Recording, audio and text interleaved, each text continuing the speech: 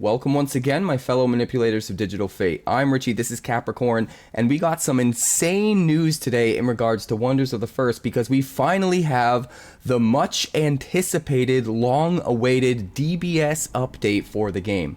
For those of you that don't know, DBS stands for Deck Balancing Score, and it's a system similar to a game like Warhammer, where every single card in the game gets a score, it gets a point value, and then your entire deck needs to be 1,000 points or less in order to be legal in competitive play. And ever since the World Championships in Vegas, which I took second place in, we've been anxiously awaiting the DBS update, a rebalancing with some of the more powerful cards going up in point value and some of the less powerful, less used cards getting a decrease in points to help balance out the meta. We finally have it here, so we're going to check out the official announcement. We're going to read what they have to say, and then we're going to quickly go over all of the different changes. There are a ton. I'm only going to stop to really point out the ones that I think are significant in regards to the deck that I played at the World Championships and some of the other top decks that I saw at the World Championships. And we're going to try and get through these adjustments as quick as possible. And then after that, I have three packages of cards that I want to quickly discuss that are usually seen indexed together as a package, and just kind of talk about the overall DBS value of the package and how much it increases or decreases, and the likelihood of seeing that entire package show up in competitive decks in the future. So without further ado, let's dive in. It says, a major DBS update has arrived. We're pleased to announce the latest Wonders of the First DBS adjustment becoming effective January 20th, 2026. That means for those of you that are going to SCGCon Portland next weekend, this update will be live, and your deck will have to legally abide by these DBS values in order to be used in competitive play at that event, so pay attention. We made changes to 141 cards, or about 35% of the card pool.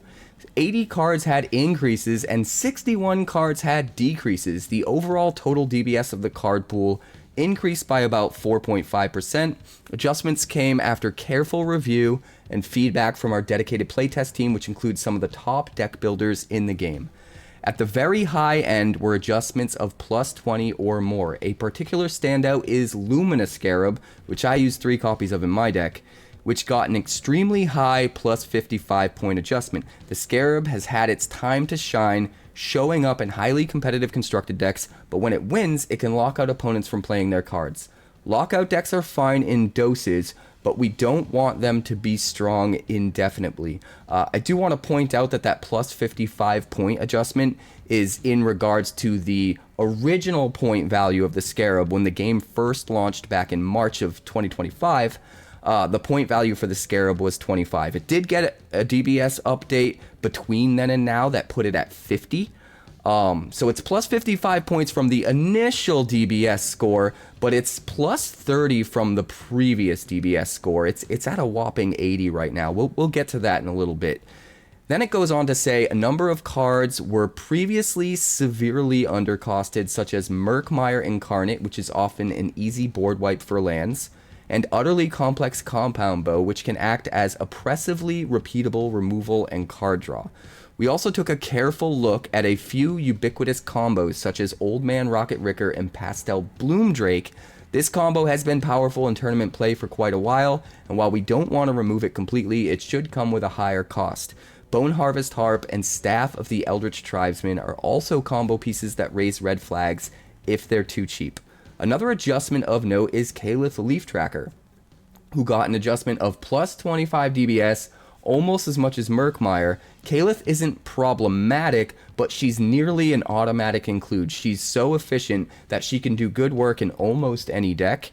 Her higher cost reduces the number of auto-include builds, which makes sense. I think Kaelith is one of the strongest cards in the entire game, giving you at least a 3-for-1 value swing, and sometimes more, depending on what you choose to tap or untap with her on playability, but we'll talk more about that later. Early on, we wanted to make sure players had a chance to use some cool high energy cost wonders, so we costed a lot of wonder removal pretty high in terms of DBS. With the latest adjustment, we made an effort to give players better tools to remove problems. This meant substantially reducing costs of some spot removal like Souljar Mastery, Rend, and others. So basically what they're saying here is they didn't want it to be too easy to include removal that straight up kills a wonder in their last DBS update, because they wanted people to have a chance to use all of the different wonders without having them taken away too soon. But now that they've seen the dust settle, making sure that all of that removal is now aggressively costed, efficiently costed, so that you're actually running it in decks and able to deal with a lot of the problematic cards that are popping up in the meta, just makes sense. So a lot of the removal across the board is getting a substantial decrease, which I think is really, really good for the game. Moving on, a number of cards that were strong in early testing haven't shown up in winning tournament decks, such as Viking Sage of the Forge, Deep Pincher, and Tony Thickfur. We adjusted a bunch of these downward by around 10 to 15 points to see which, if any, become more appealing for builders. That's exciting. I think all of those cards are pretty cool, especially Tony. Tony was just costed way too much at 68 DBS. There were cards that could get you similar value, like Kalith Leaf Tracker or like Commanding Croak, for a lot less DBS. So Tony, a lot of times, it wasn't because he wasn't good enough to be included in the deck, but he wasn't necessarily worth the DBS value to try to include him. I think maybe now he'll be worth trying to run. Also moving on, we reduced costs on play a third lands like Celestium Heights to reward builds that commit to a particular orbital or pair of orbitals. This is huge. All of the orbital lands that say when a third land of this orbital or of this color enters, you can untap those lands. They all went from 15 DBS down to 5, which is a substantial decrease. They are all, across the board, some of the lowest cost DBS lands in the game now, which is really, really strong for decks that stick to less orbitals and can consistently utilize those. Can almost be as strong as Indra's Citadel in the right circumstances, with the upside of you can't really get as much value copying lands like that from your opponent with something like Ethereal Grove with the Symbiosis, whereas if you run something like Indra's Citadel, it's like an automatic copy with Ethereal Grove. So I can see the meta starting to shift towards using a lot of these when a third enters untap lands to get your extra actions out of, rather than something like Indra's Citadel with the bonus upside of your opponents can't copy your Indra's Citadel, which I think is really, really nice. But let's keep going. With a few exceptions like Luminous Scarab, we take a non-deterministic approach to crafting the meta. We don't want to force players into certain decks. We just want to influence how often we see them. We are mindful not to take away players' favorite toys. This means fan favorites like Moonfire Crystal Mouse should still be playable for a long time. And if we overcost a card, we can always bring it back down again in the next adjustment. This is very true. And this is why the DBS system is way better than bannings, because you're not actually banning everything or anything. You're just increasing values, decreasing values to make things more competitively viable or less competitively viable, which is really, really important. The next big metagame shakeup will happen with the release of Call of the Stones, which will double the size of the card pool and have its own big DBS update. This January adjustment will get us partway to that environment. Below is a list of all the changes sorted by highest to lowest adjustment. We're looking forward to your questions and comments on Discord. And that was written by Brian Tinsman, lead game designer for Wonders of the First. So now let's quickly take a look at all of these DBS changes. Like I said, I'm only going to stop at the ones that I think are significant to kind of point out why. So first up, we've got Luminous Scarab going up to 80 DBS. That's an extra 30 points. This is huge. We saw Luminous Scarab be a really important tool in a lot of decks, sometimes foundational, that decks are built around, because if you have 3 of them, you can consistently see one early enough and get it out early enough with enough energy production, you can start locking down all of your opponent's lands super early, taking away their action potential and also taking away their links so that they can't play any of their core cards. And this is just really oppressive and really hard to deal with if you pull it off. My deck actually kind of centered around doing that, the one that I used in the World Championship, and that is nerfed into the ground now, so it's going to be a lot harder to build a deck like that. We've also got Pastel Bloom Drake getting the second biggest buff here, 29 points up to a whopping 32. It was only 3 points before. It is way too easy to get out with way too many cards that it combos with. So 3 DBS ain't gonna do it. 32 makes a lot more sense. Now there's like a risk-reward sort of feeling to the card where do you waste the extra DBS and never actually hit a card that can get it into play for free and have to be stuck hard casting it? And if you do, it's inevitably not as good as its DBS value if you're just playing it fairly. So there's a little bit of risk reward there, which I really like. Utterly Complex Compound Bow also got a substantial increase, 27 point change all the way up to 31. It was only like 4 DBS before, which is kind of absurd. That one card is just way too good. One attack can draw you 2 cards, which is already double the number of cards you can draw with just spending an action to draw, but it also spits out 2 -1 counters and gives you an energy, and it's attuned when you play it, so you save an action playing it, and it comes in with a shield counter, so your opponent has an absolute miserable time trying to remove it. Everything about the bow is absolutely busted. The only reason it wasn't obvious sooner than lately is because it's legendary, so you can only have one in a deck, so it took a long time with a lot of games under its belt to really realize just how crazy it is, and it definitely needed to get that buff. Oronoco is next on the list here with a 26 DBS point change here, going all the way up to 31. This thing used to be only 5, which is just absurd. A lot of these legendary wonders from certain orbitals were just 5, and now they're getting a substantial increase. Oronoco can shift the math of 4 different realms at the same time, because when it enters, you get to put a growth counter on 3 different lands in whatever realms you want, and they all become wonders with power equal to the number of lands you control. So being able to swing the math in potentially 4 different realms at the same time with just 1 card with 1 action is just a huge swing and can absolutely change an entire game with just that 1 card. So it makes sense. It needed to come up way too good for 5 DBS. We've also got Staff of the Eldritch Tribesman, which is a really important part of certain combo decks, but is also just really good by itself. It got a whopping 28 DBS change all the way up to 36. It was only 8, I believe, DBS prior, and it needed to go way up. There's too many cards that you can combo with it. This is actually one of the card packages that we're going to talk about later, is the staff with a couple of other cards, and we're going to talk about how much the entire DBS of that combo package went up after we're done going over individual cards here. Murkmire Incarnate, another important one, went up 26 points. It was another one that was only 5, and it can just gain you way too much action advantage in one fell swoop for a 5 DBS card. Makes sense. Tendrils of Light and Shadow is interesting. I haven't seen that card pop up in too many decks, but theoretically it is very similar in concept to Murkmire. It's a way to kill all of the lands and get an insane action advantage. If you can just harvest all yours, or if you're playing a deck that has way less lands than your opponent, you can even the odds again by playing something like Tendrils of Light and Shadow.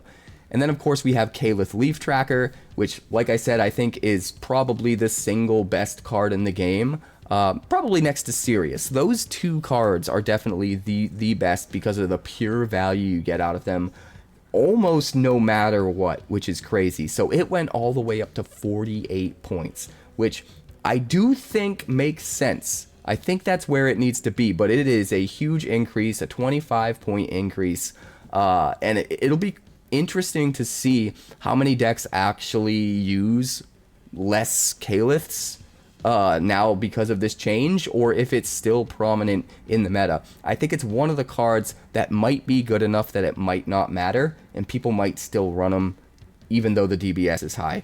Speaking of high DBS, Blazafell is now 55. It used to be 31, so it went up a 24 points.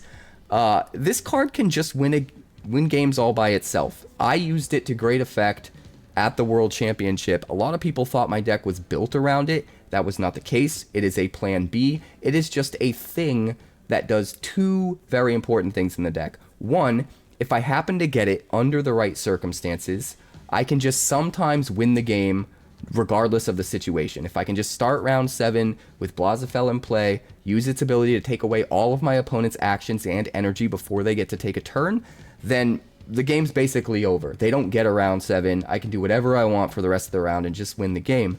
The other reason it's really good isn't even because of playing it and using it. It's simply because if you have it in your deck, and at the top tiers of competitive play, most people will know if you have it in your deck, they're playing around it the entire game. They're constantly making plays as if you're going to be dropping 𝑏laZafell round 6 and doing the thing, and so they have to play a little bit differently, and sometimes they have to play inefficiently based on what you're actually going to be doing, just because they have to protect themselves against a possible 𝑏laZafell. So 𝑏laZafell's just really good for multiple reasons, mostly psychological.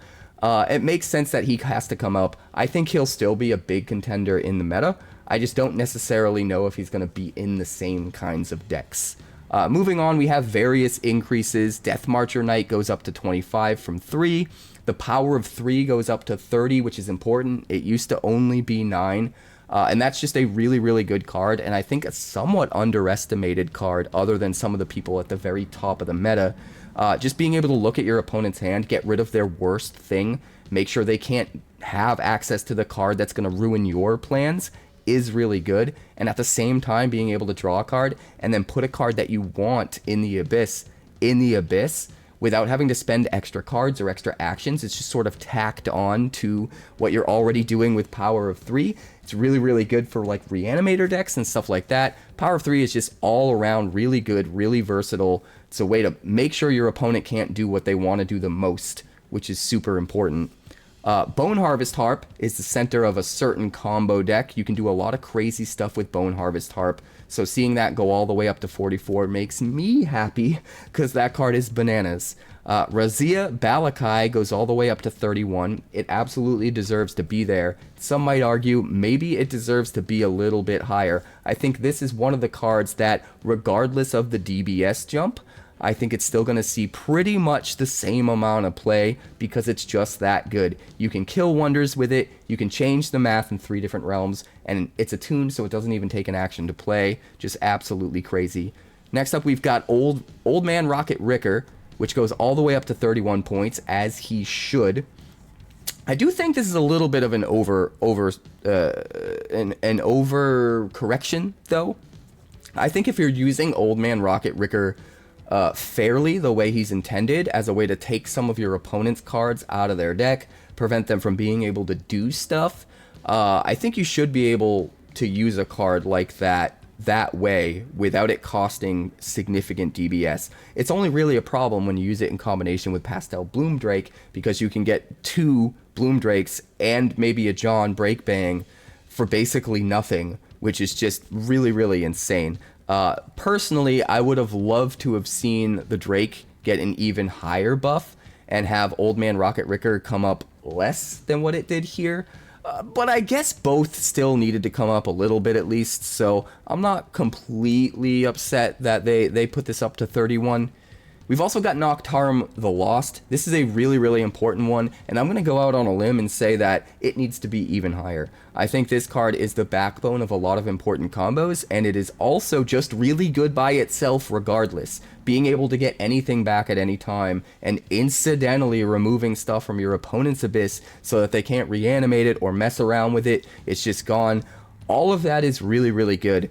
So it went from 10 DBS to 30, it got a 20-point increase, which is substantial, and it absolutely needed, and I am happy about it. But if I was a guessing man, I actually think this is going to come up just a little bit more in the future. I don't know, we'll see if I'm right. Ethos Relic FR38 came up a little bit as well, 20 points from 70 to 90, which is a substantial boost. They already put it all the way up at 70, which was one of the highest DBS cards in the game, and I guess it wasn't enough. I guess it's still being abused. I've seen it used somewhat, but nowhere near as much as before the last DBS update, and I think putting it at 90 is mostly going to price it out of most decks. You might see a cheeky Nullify deck here or there, but I don't think this is going to be anywhere near the top of the meta moving forward because it's just so expensive. Next up is Lamp of Luferia, which goes all the way from, what, 3 DBS to 22? Which is kind of crazy. That's a huge buff, but then again, it is a very cheap way to just answer a bunch of problems all at once if they're in the same realm. Just nullifying every single thing in the realm. Granted, it nullifies all of your own stuff as well, but that's not really a problem if you're only playing things that don't care if they're nullified, like vanilla wonders, or wonders that have already got their value because maybe they have like an on-play ability that doesn't get nullified or something like that. Lamp of Luferia was very, very cheap for the ability to remove problematic stuff, so it makes sense that this comes up. I still feel like it should come down a little bit because it's a risk-reward kind of thing. I think it maybe should land somewhere in the middle of where it was and where it is right now. But if I had to choose one or the other, I'm glad to see it at 22 because it is just way too easy to answer things with the lamp. It also looks like they're trying to take away a lot of the soft answers or make them less desirable as far as their DBS value, because we've seen a lot of like soft answers like Lamp of Luferia, Mallet, Starburst Mallet, which can nullify everything in a realm if it's equipped. Stuff like that nullifies, takes away problematic parts of cards, but doesn't necessarily get rid of the whole card. That was kind of the go-to pieces of removal in the old meta, and it seems like they're trying to incentivize you to actually use real removal, stuff that kills a wonder, gets rid of it. As you'll see in a little bit, all of those DBS values are going way down. So it makes sense if they're trying to push the meta in that more that direction, that the other stuff like Lamp of Luferia would come up. We've also got Corruption Warp getting an increase up to 22. Briar-Maw goes up to 22. That was a really important card in Jester's deck, who was second place in the Stoneseeker Cup. His deck was built around Briar-Maw, being able to basically kill all of your opponent's lands, set yourself up to get your own lands back maybe after you kill your own. You can get more value off the Briar-Maw than your opponent because you're prepared for it. You can do some really cool stuff. We then got God's Eye release getting a buff of 15 points up to 18, which is significant. This thing can just take over a game if used just right in just the right deck, and now that's going to cost you. Cedar Shade Ruins is a big one. It got a buff up to 18. It was, what, 3, I think, before? All of these legendary lands were very, very, very low DBS before, and they're all getting substantial buffs. At 18, I think it's still worth running. It is a way to, for free, get rid of all nullification. Although, with nullification stuff going up in DBS and straight removal going down in DBS, maybe the Cedar Shade Ruins will be less needed, less useful, and maybe it isn't worth the extra DBS to include it. I guess we'll have to see when the dust settles. We've also got Blazing Phoenix Pub going all the way up to 20. It's just really good. Not only can it untap your own stuff so that you can use it again, but it can turn everything legendary so that it can get buffed up by your own John Breakbang, or so that it can dodge your Corruption Warp. Dodge your Corruption Warp, which doesn't kill legendaries. So Blazing Phoenix Pub can be used in a lot of interesting ways, and even if you don't have a certain combo set up with it, just being able to untap one of your wonders is good enough. Makes sense that it's at 20. And then we see an increase of 14 points to Mountain Ridge Mammoth, which was formerly only 4 points. So it's up to 18 now, which makes sense. It's attuned. It's just a lot of power for a card that doesn't cost you an action, even if it is a little bit expensive on energy.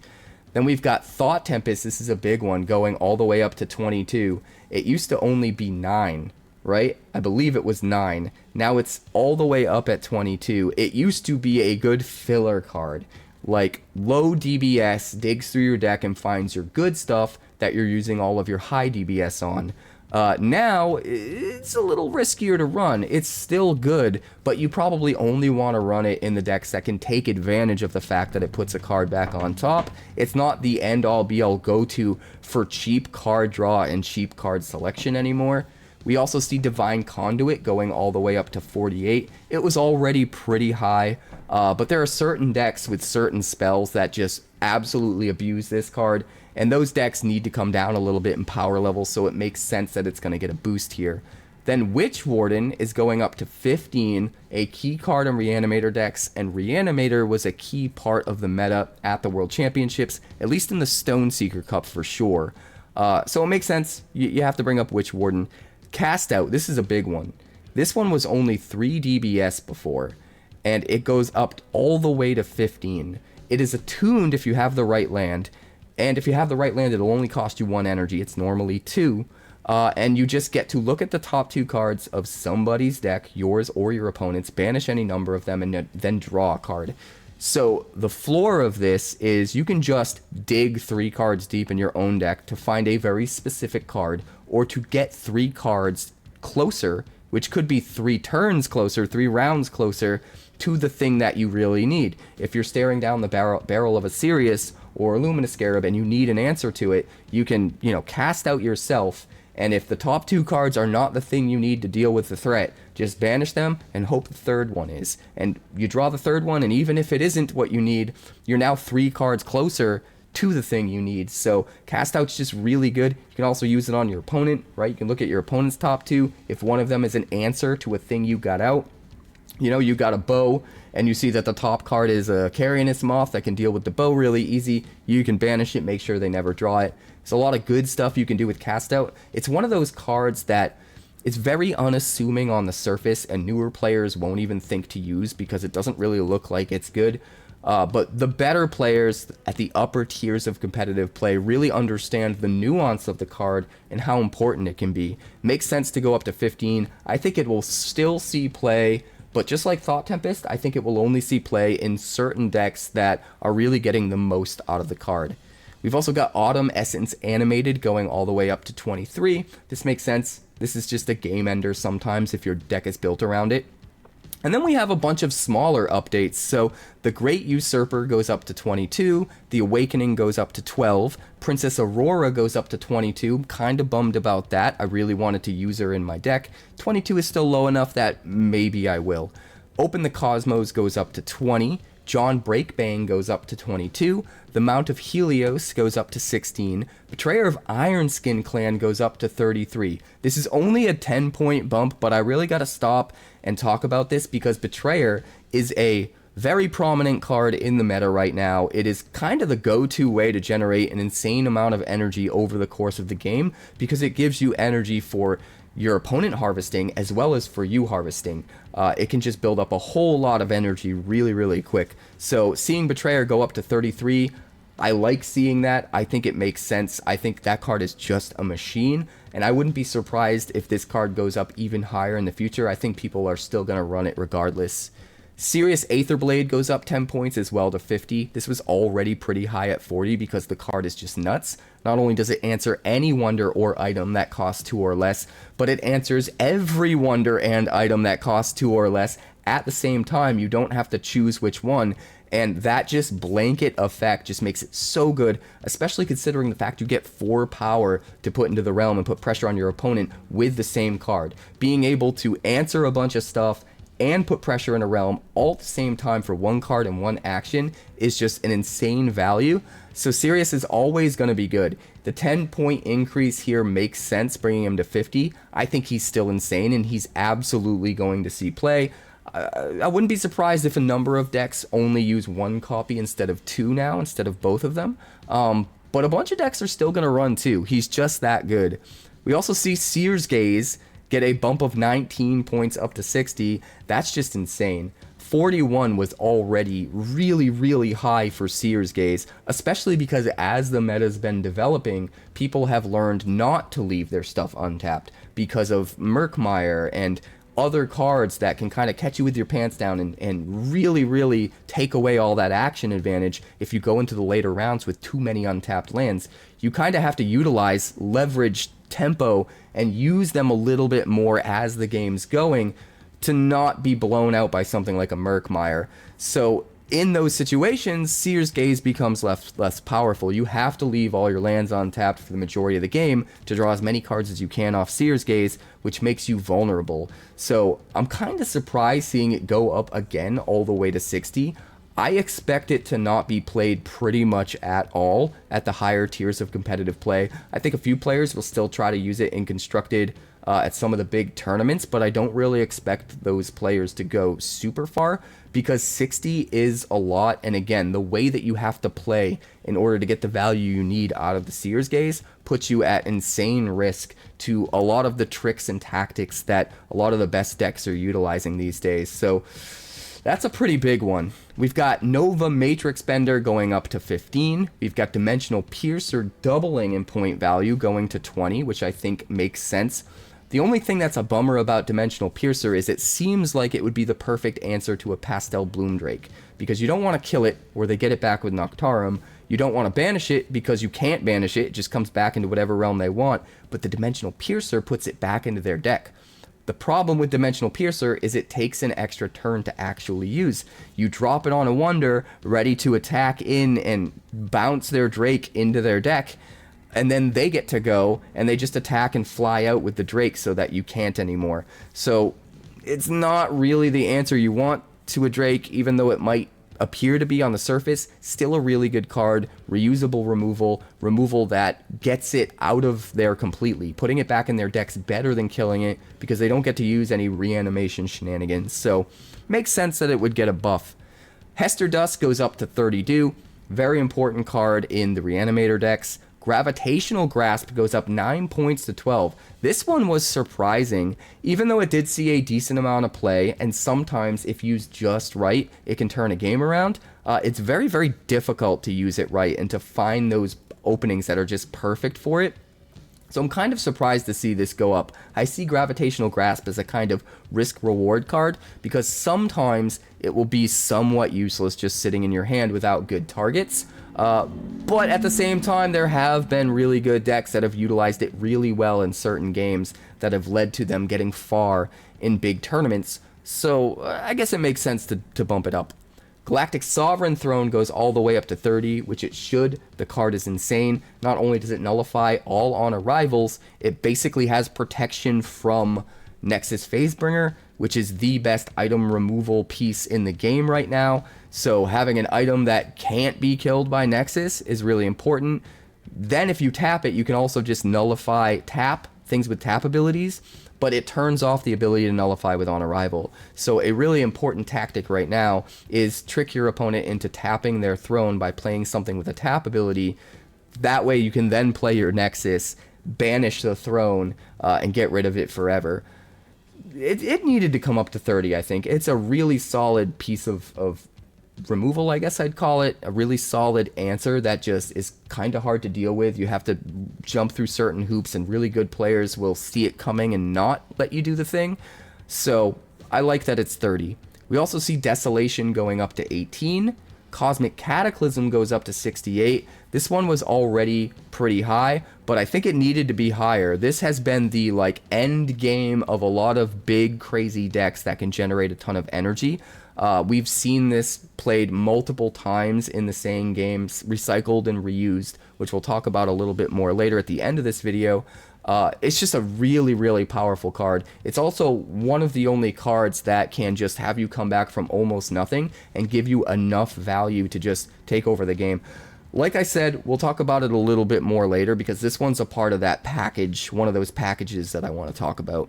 We've also got V8 Wanderer going up to 30 points, Tempest Bomb going up to 10, Sunfire City going up to 8, Market of Lost Wonders going up to 12, which is fine. People are still going to run that card. It's that good.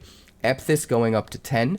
Clear Sky Eerie goes up to 12. I think this puts it in a position where you're not going to run the Clear Sky Eerie for negligible benefits. You're only going to run it if you have a lot of on arrivals that can get pure value off of it. We also see the Prisoner going up from 5 to 10. This is a really interesting one because the Prisoner is still not free. And if the Prisoner isn't free, it's not that great of a card, at least not right now. This makes me think there's something coming in Call of the Stones that's going to free the Prisoner, or at least make the Prisoner better. And they're trying to get out in front of that and do this DBS update now to just bring it up a little and make sure it's not too good. I could be wrong, but that's how I'm reading this. We also see the Stellar Harmony Tea set go up to 20. which is important. This is a really cool card. It can be used as a panic button, because if you sack the T set, what it basically does is makes it so that you can win by losing. And I'm not going to go into complete detail about how or why. I've made other videos in the past that have gone over that, so check out those videos. We're going to move on. We've also got Stealthy Spriggan going all the way up to 25, which it needed to, because this is a part of a really important combo deck that 𝐴 came up with, and that deck is nuts, and it makes sense that the general power level of that deck should come down a little bit if you want to utilize those combos. Reforged Summoning Platform went up to 28, Path of Light went up to 40, just a little bit, still a good card. Onglepod went up to 30, just a 5-point increase. Moonfire Crystal Mouse went up to 30, a 5-point increase. I think this is still the go-to card for card draw and energy generation. It's just kind of the whole package, and with all of the increases we've seen to some of the other card draw options, I think Moonfire Crystal Mouse is just the best choice out of all of them. We've also got Link's Paw Song going up to 28, Eternatum going up to 10, still a really, really good deal for this card in my opinion. It stops a lot of big problematic things. Commander Bethral goes up to 10, Renagi Vogel goes up to 14, Resonance reaches up to 10. It's not a simple auto include anymore. Nexus Phasebringer goes up just a little bit to 35. This is fine. She is the best item removal in the game. This is not anywhere near the increase that I thought she might get, that I was worried she might get. I think this is a good DBS value for her because of some of the other stuff in the meta that can kind of stop her. I think this is a good spot for her to be, and I'm pretty excited about that. Indra Citadel goes up 4 points to 22. And this one's a big one, because even though 4 points is not a lot, and you could still run this card, and I think a lot of people will still run this card, all of the lands that have the when a third land of this color of this orbital enter untap all got a buff. Their DBS went from 15 to 5. All of those lands have the potential to give you an extra action at way, way less DBS now. So I think it makes something like Indra Citadel a little bit less necessary. Most decks were just auto-including to Indra Citadel, even if they weren't in the colors. I don't think you have to do that anymore. I think the DBS you save by just focusing on the untap lands is pretty significant, with the upside of, if you're not running Indras, they can't copy your Indras with their Ethereal Grove, which is huge. If they copy one of your untap lands, if they're not in that color, they're not going to be able to, ever untap it. They're not going to be able to get that extra action value out of it the way you can. So I definitely see the meta shifting in that direction. Some people will still run the Indras, especially towards the beginning of the change when they haven't really caught on and realized yet. But I think as time goes on, less and less people will actually run the Indras, and more people will run these untap lands. Of course, if you are in the color as a primary color, you're probably going to run the Indras anyway. It's just a good card. So we'll see where it lands. It'll be interesting. Blossom's Bite goes up to 8. Warfang Fortress goes up to 16. This is an important one because this one could give all wonders in the realm Death Strike when you harvest it, and it was used to great effect in a lot of competitive decks, especially ones that use the Pastel Bloom Drake or other flyers, because if you harvest this in a realm with multiple flyers, they keep the Death Strike for the whole round, even if they don't stay in the realm. So you could harvest it, give all of your flyers Death Strike, and then just start moving them from realm to realm to realm, just killing everything, and it's so hard for your opponent to come back. Makes sense that this gets buffed up to 16, or nerfed up to 16 rather. Purpuria the Mystic Flame goes up to 8, Jarambe goes up to 8, Gale Wraith goes up to 8, Galen Mosspaw goes up to 8. This is not a substantial increase. I expect this card to still be everywhere that Patria is. Emma Fixum Shockbite goes up to 8, and this is another one that I think is in anticipation of Call of the Stones coming out and making this card a lot better. They've hinted throughout the months that Emma's just going to be a lot better when Call of the Stones comes out, and I think they're trying to slightly prepare for that with this DBS update. Alistair the Unbroken goes up to 8. Ethereum the Boundless goes up to 8. Still insane value. You probably want to run it. Rage of the Ancients goes up to 6. Quill goes up to 12. It goes up a little bit, just 2 points. It's still too good to not run if you have one. But I think eventually this card will get to a point where you could run it or not run it. And depending on the DBS value, it might not. You could go either way and justify it. At this point, it's still low enough. You should be auto-including it if you have the card. Percival Galeheart Stormwind goes up to 12. Ethereal Grove goes up just a little bit to 42, which is interesting. It's just a really, really good card. One part of Ethereal Grove that often gets overlooked is the fact that you can copy your opponent's land if you need to. If they've dropped a land of a certain orbital and you need that orbital and haven't drawn it yourself yet, you can get access to a certain color. You can play those core cards if you get lucky and your opponent drops a land of the color that you need. Sometimes that's enough to give you that little bit of buffer of color fixing that you need in decks that are running multiple colors.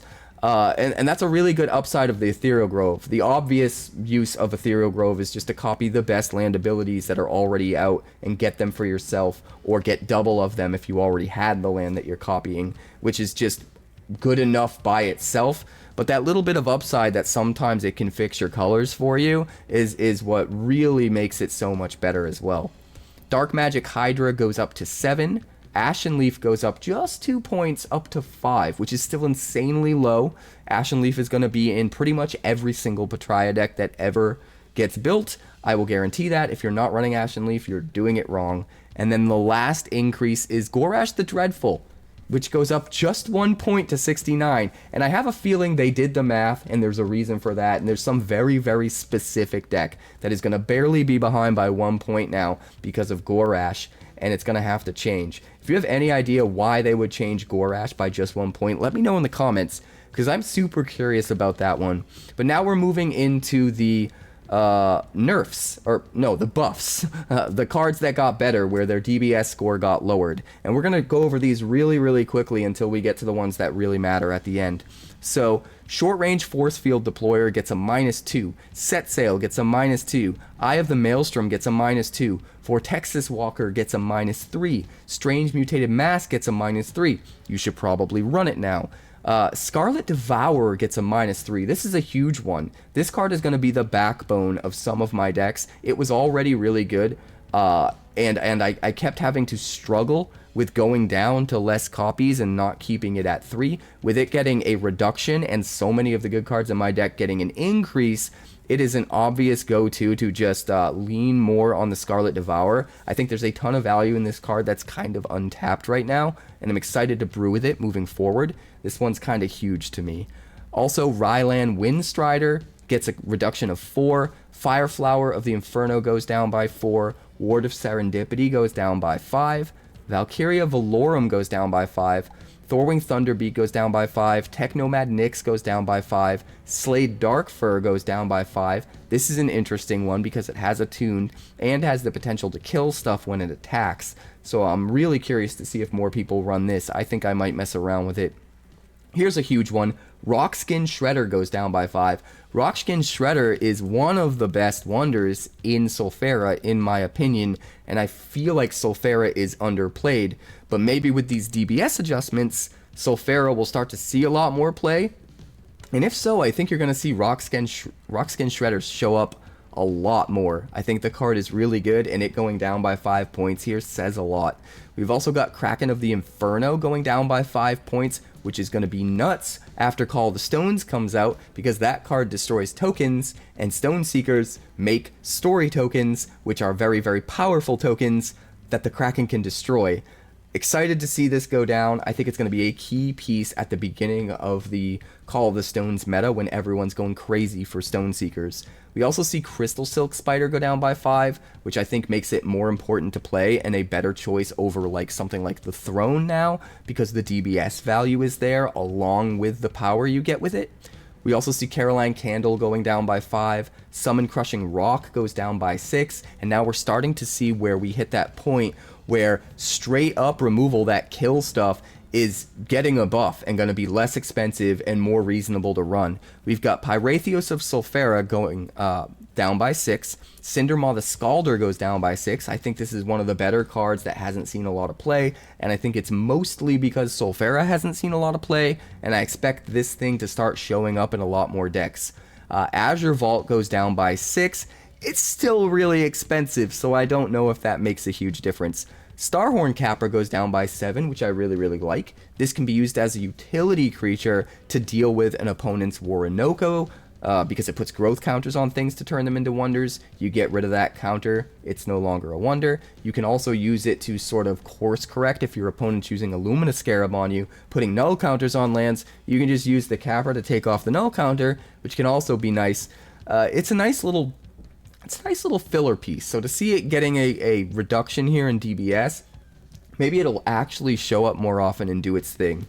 We also see Stratos Windrider going down by 8 points. Sir Reynard goes down by 8 points. Quantum Boots goes down by 8 points. Mirage Terrain goes down by 8 points. This one's exciting. At 20, I felt like it was a little too much, especially because whatever you're copying with it is not going to get any like on arrival abilities or anything like that, because you're just turning a land into a copy of a wonder. It's already there.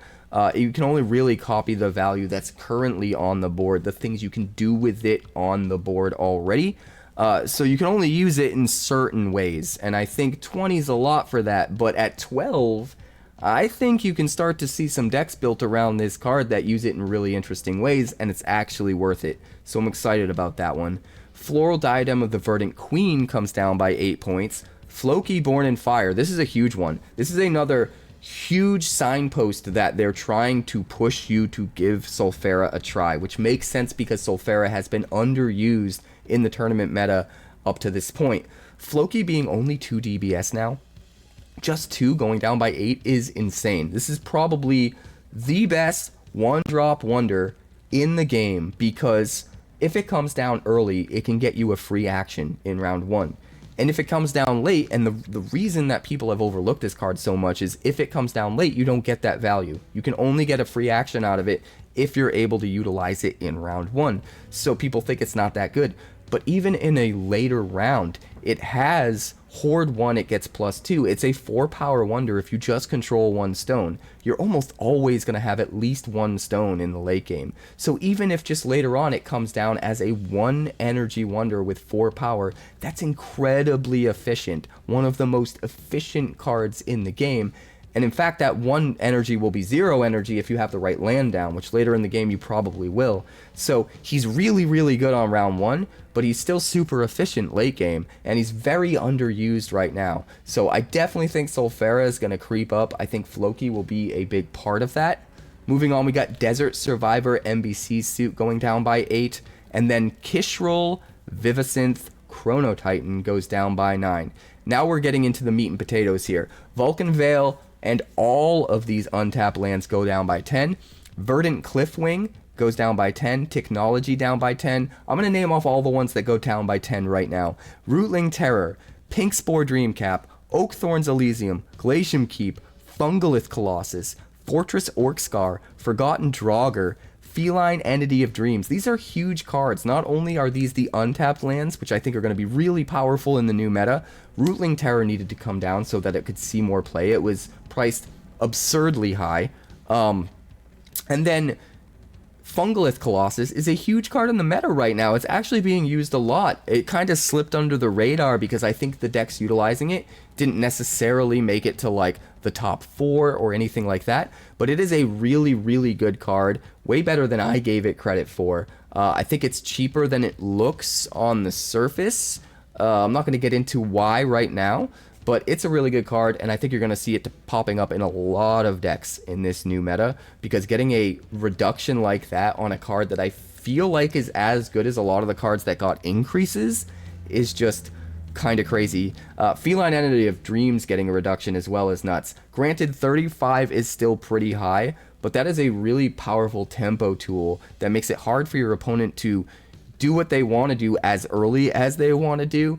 So I definitely see people using Feline a lot more moving forward. We've also got Entangle going down by 10.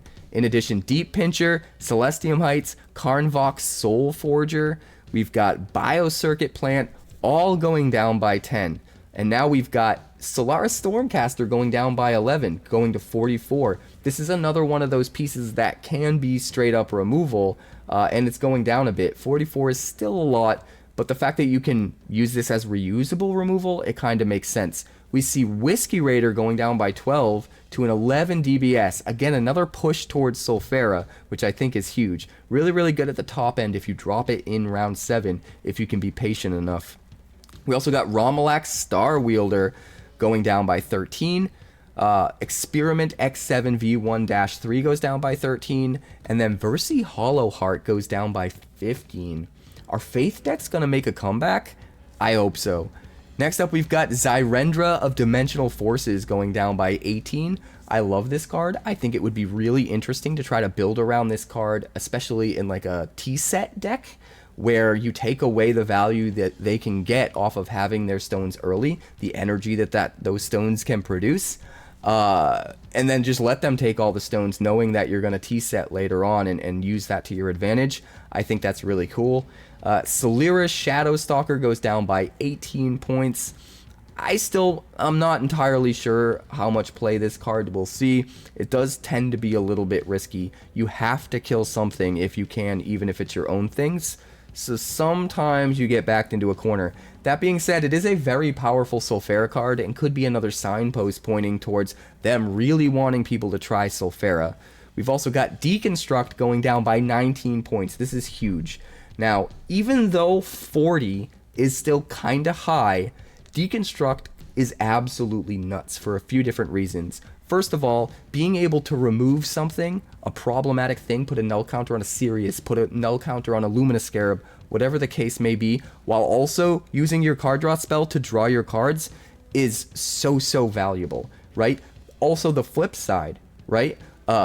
Getting to also happen to draw cards when you do the removal thing that you absolutely need to do. So whether you're using it primarily as the removal or the card draw, you get the extra value of the other part of the card as just incidental value. The card's kind of good enough as either or.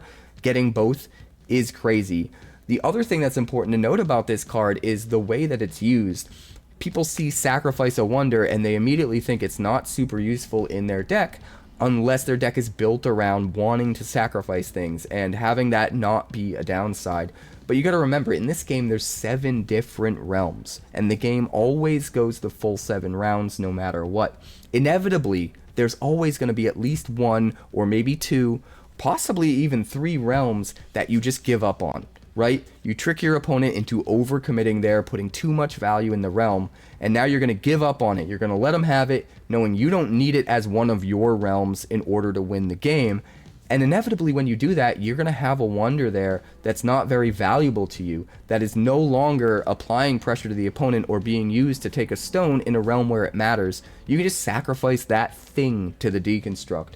And you don't really lose anything when you do that. So I think a lot of people see the sacrifice, they see it as just an automatic downside, but there are definitely plenty of ways you can play around it, even in a deck that doesn't want its stuff to die, where you can mitigate the loss of value there and have it not really feel like a loss of value at all. You get to deal with a problematic card, you get to draw more cards, everything about it is great. The other silver lining piece of value on Deconstruct, it's one of the only cards in the game, at least one of the only efficiently costed cards in the game, that is removal for a Luminous Scarab that doesn't require core. So if you get to a point where a Luminous Scarab has just nulled out all of your lands, taken away all of your cores, and you need to deal with it, but you're only drawing removal that requires a core, you're out of luck. With Deconstruct, you draw the Deconstruct, you sacrifice your worst wonder, you null out the Luminous Scarab, and then you draw up all the lands you've been waiting to play that have been stuck in your hand because you know they're just going to get nulled if you play them. Really, really good answer to Luminous Scarab. There's a lot of little bits of upside to Deconstruct, and I think with it getting a -19, which I do feel like it kind of needed, it was a little too high. That being said, with where it's at now, I think it's going to be a very important card in the meta. I think it's going to show up in almost every deck, and I'd be very, very surprised if I'm wrong about that. We also see Viking Sage of the Forge getting a whopping 20-point reduction. Again, this is them trying to push us to using Sulfera, and hopefully having Sulfera make a huge impact in the competitive scene. Tony Fortune Hunter Thick Fur got a -20 point to its DBS, going down to 48. another really big one. It just, when you compare the math about how these cards work out, Tony just wasn't worth the DBS for what he did. If the DBS values all being equal, Tony provides a ton of value. But if you compare Tony to something like Commanding Croak, for example, Commanding Croak will seek 5 a land for a tap free, not cost an action, and put it into play. It puts a land into play, but it doesn't come from your hand, it comes from your deck. Tony puts a land into play, but it has to come from your hand, not from your deck. So in a way, Commanding Croak feels the same as if it was Tony, except also draws you a card from your deck and then does the Tony thing. In a way, sort of, when it comes to value. So, granted, they're kind of comparable in a way, right? You save an action with Commanding Croak because you don't have to draw the card. You don't have to spend an action to draw that one card. You just get to pull it out of your deck. But you save an action with Tony because he's attuned. They kind of balance out, except Commanding Croak's only like 10 or 11 DBS, and Tony was like 68. Now, Tony is, what, 48? It's much more reasonable. It's still very expensive, but he is a value machine, so he probably should be. And I'm excited to see if this makes an impact.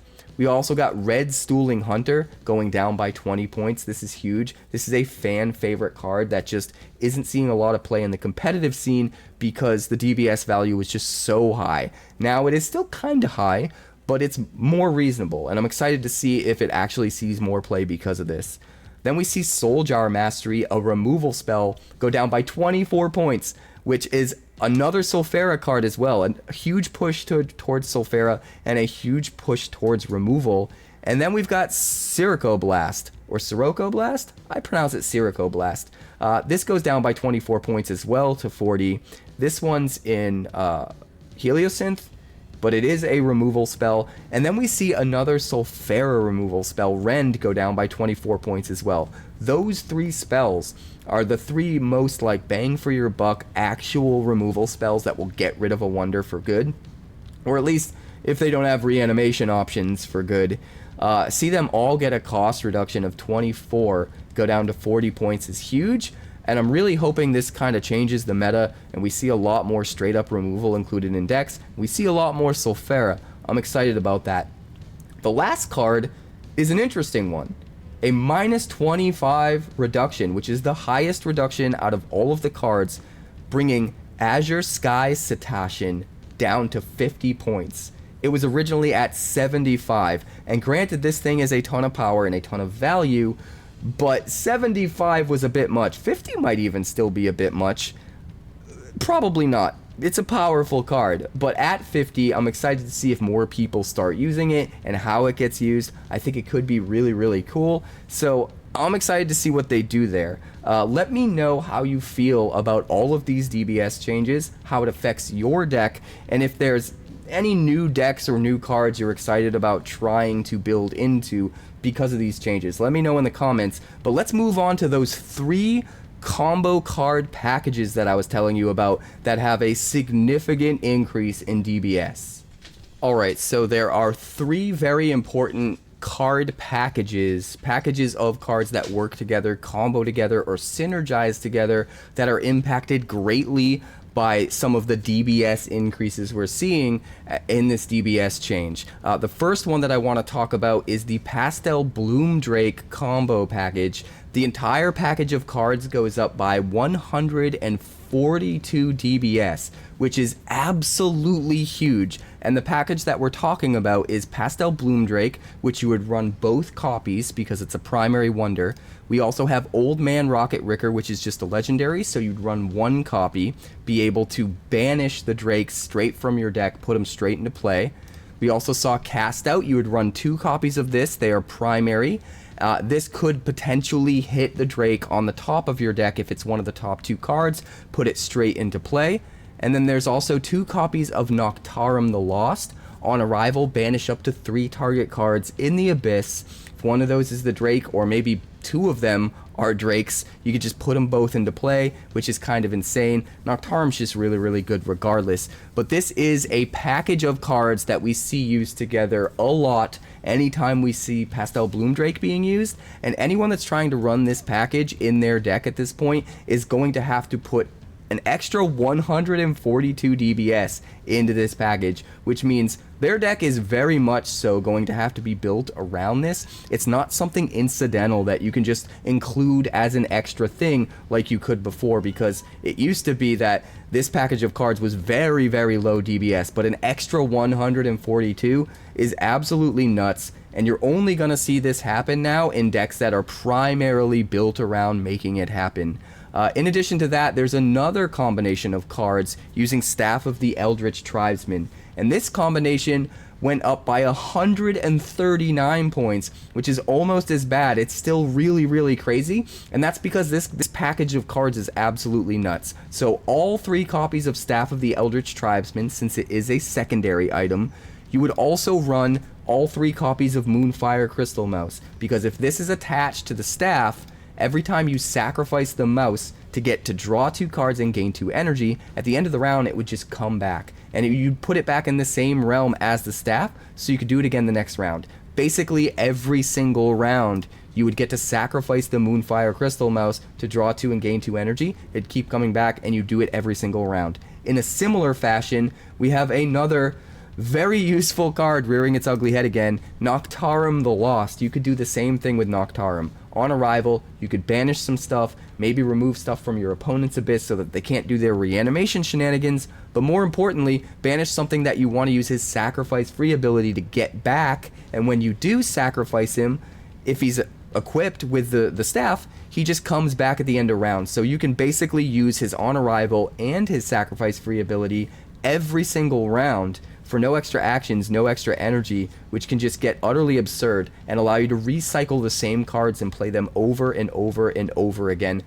This is a 3-card package. You're going to run both Noctarums, all 3 Moonfire Crystal Mouse, and all 3 Staff of the Eldritch Tribesman. And prior to the DBS update, this was a very powerful package that was relatively low DBS, but now it is an extra 139 DBS to run this package of cards, which means just like the Pastel Bloomdrake package, you're only doing this if you're building your entire deck around it, because that's basically like, it's almost 1/5, like 1/6 of your total DBS value that you get access to, not even counting your lands and everything. So 139 is a lot. You're only going to include this now if you're building your deck around using it, and that is the entire point of the deck.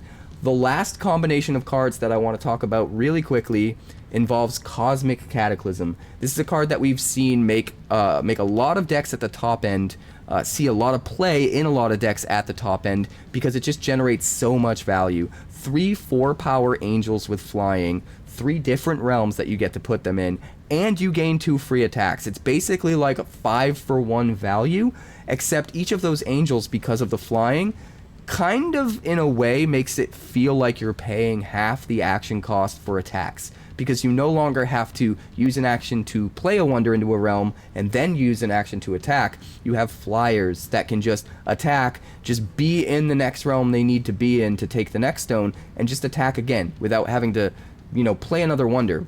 Cut out the middleman, essentially. This is an insanely valuable play in the late game that can completely turn the game in your favor if your opponent's not prepared for it. It's a primary, so you can run 2, and with 2 of them, you're also going to want to run all 3 Divine Conduits, which is a secondary spell that for only 1 energy when you have the link in play, copies the last spell you played, and then you banish that spell.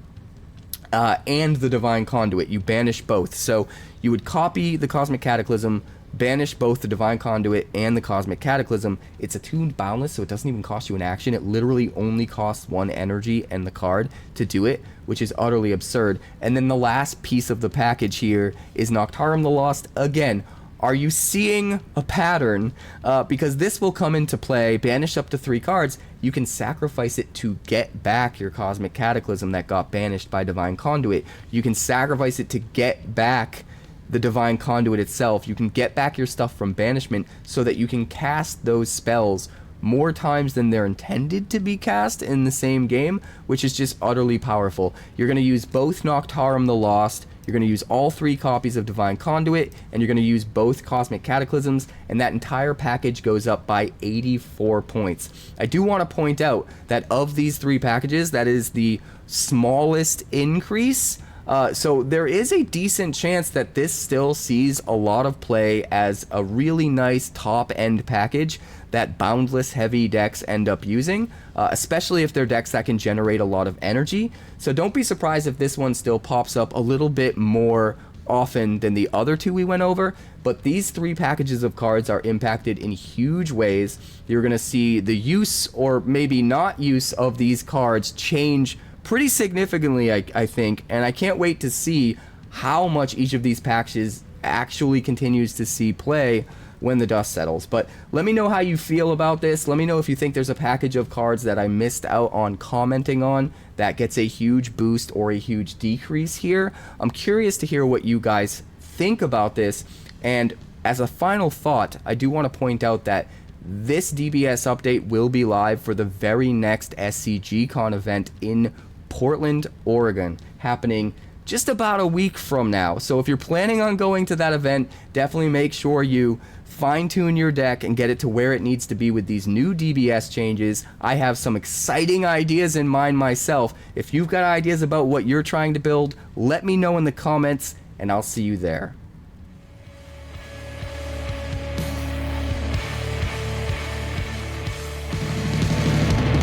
Thanks so much for checking out my channel. I'd like to give a huge shout out to all of my patrons over at Patreon.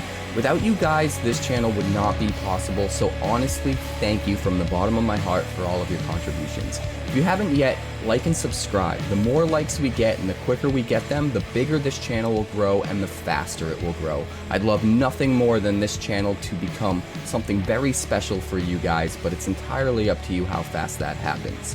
Also, if you'd like more deck text, that's somewhere over there, and if you'd like to see what else the channel's been up to lately, that's somewhere up that way. Also, subscribe, circle below, do all the things.